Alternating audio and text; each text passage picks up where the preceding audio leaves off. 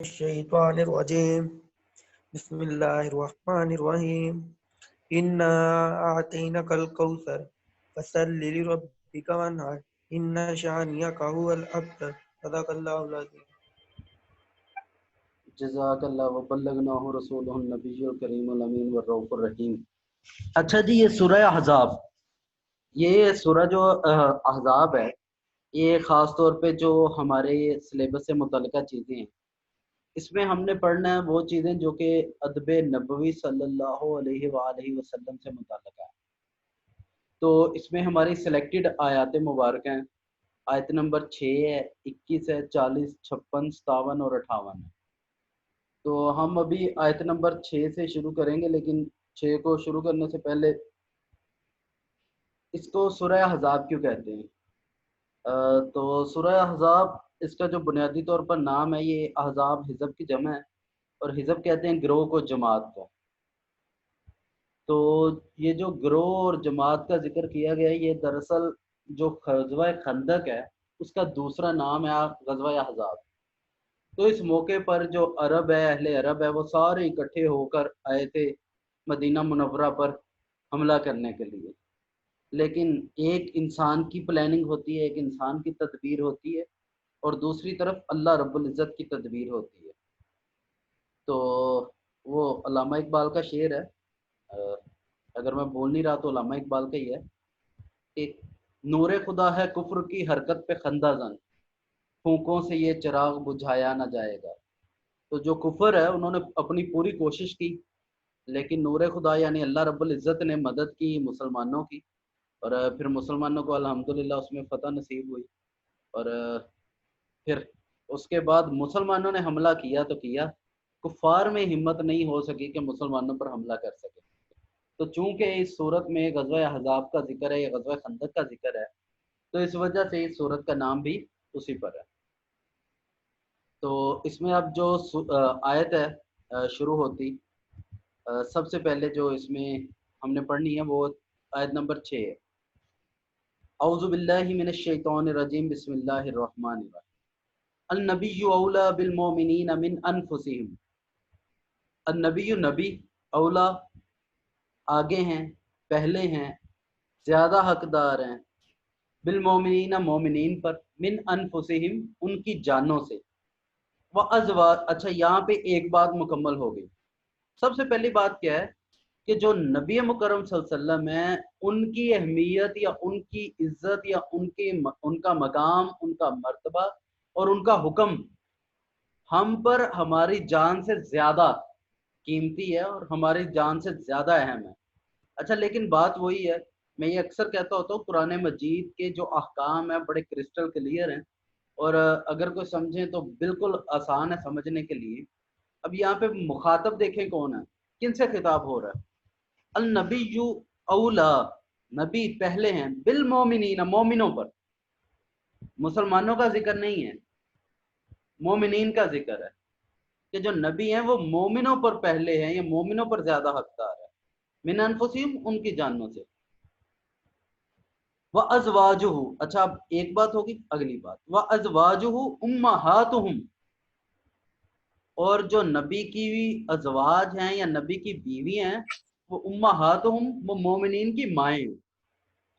پہلی بات نبی زیادہ حقدار ہے، دوسری بات جو نبی کی بیوی ہیں وہ مومنین کی مائیں ہیں۔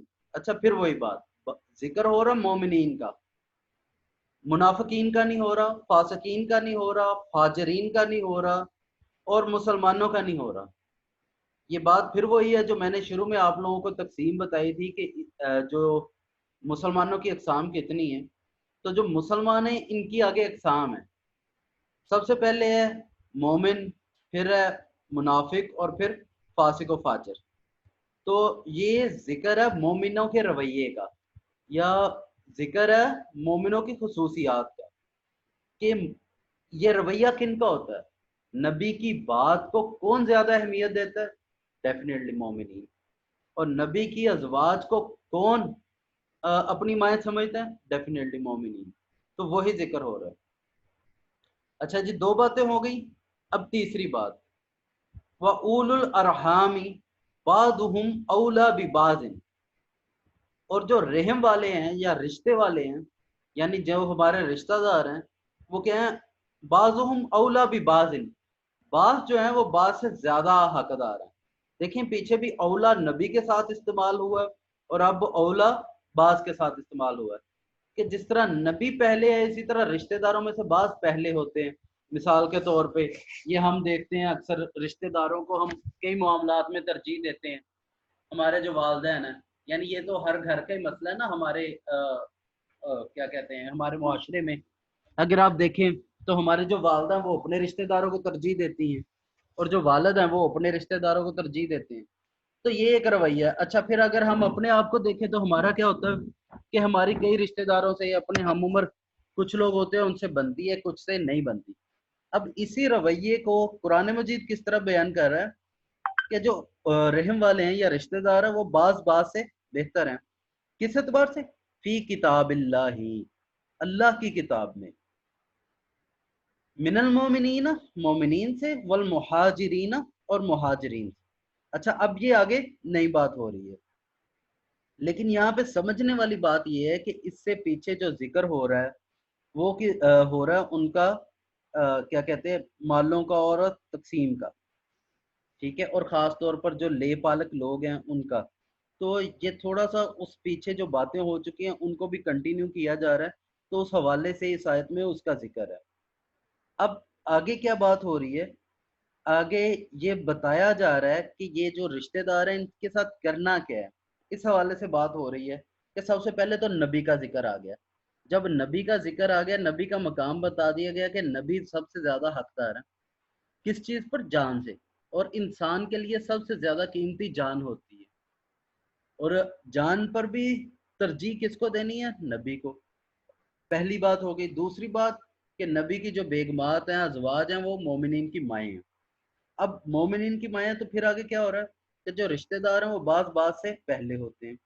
فی کتاب اللہ، ہی اللہ کی کتاب میں، من المومنین والمہاجرین مومنوں سے اور مہاجرین سے، الا مگر، ان تفعلوا الی اولیائکم معروفا، مگر یہ کہ تم اپنے دوستوں کے ساتھ حسن سلوک کرنا چاہو۔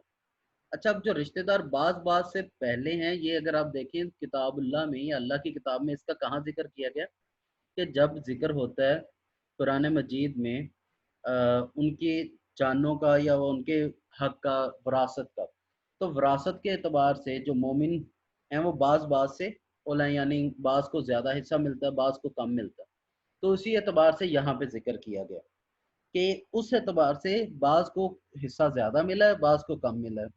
ہاں مگر یہ کہ تم کسی کے ساتھ حسن سلوک کرنا چاہو تو پھر تمہیں حق حاصل ہے۔ کانا ذالک فی الکتاب مستورا، اور یہ ہے جو کہ کتاب میں لکھا ہوا۔ اب کتاب کرسٹل کلیئر بات ہے کہ کتاب سے مراد قرآن مجید ہے۔ ٹھیک ہو گیا جی؟ اب اس کے بعد نکال لیں آیت نمبر 21۔ یہ بات سمجھ آ گئی؟ اس میں کوئی کنفیوژن تو نہیں ہے؟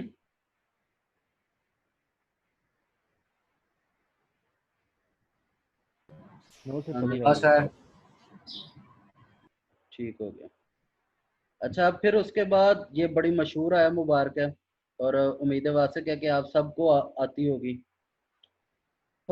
لقد کان لکم فی رسول اللہ اسوۃ حسنہ، تحقیق تمہارے لیے اسوہ حسنہ ہے۔ اسوہ حسنہ رول ماڈل، بہترین نمونہ، عمدہ نمونہ، آئیڈیل پرسنالٹی۔ اب یہ مومنوں کو کہا جا رہا ہے لقد کان لکم، تحقیق تمہارے لیے ہے، فی رسول اللہ، اللہ کے رسول میں، اسوۃ حسنہ بہترین نمونہ، لمن کانا جو چاہتا ہے، یرج اللہ والیوم الآخرہ، کیا چاہتا ہے؟ توقع چاہتا ہے، کس چیز کی؟ اللہ کی، یعنی جو اللہ کی اللہ کی طرف امید رکھتا ہے یا توقع رکھتا ہے کہ وہ اس نے اللہ کی طرف لوٹ کے جانا ہے، والیوم الآخرہ، اور آخرت کے دن کی، وذکر اللہ کثیرا، اور جو ذکر کرتا ہے اللہ کا کثرت سے، تو یہ ان کے لیے، یعنی پھر وہی بات ہے مومنین کے ذکر ہے کہ اللہ کے رسول نمونہ کن کے لیے ہیں؟ جو کہ اللہ سے ملنے کی امید رکھتا ہے، توقع رکھتا ہے اللہ سے ملنے کی، یوم الآخرہ اور آخرت کے دن کی یعنی قیامت کی توقع رکھتا ہے، وذکر اللہ کثیرہ اور اللہ کا ذکر کثرت سے کرتا ہے۔ تو یہ ان کے لیے جو ہے وہ نمونہ ہے، باقیوں کے لیے رول ماڈل نہیں ہے۔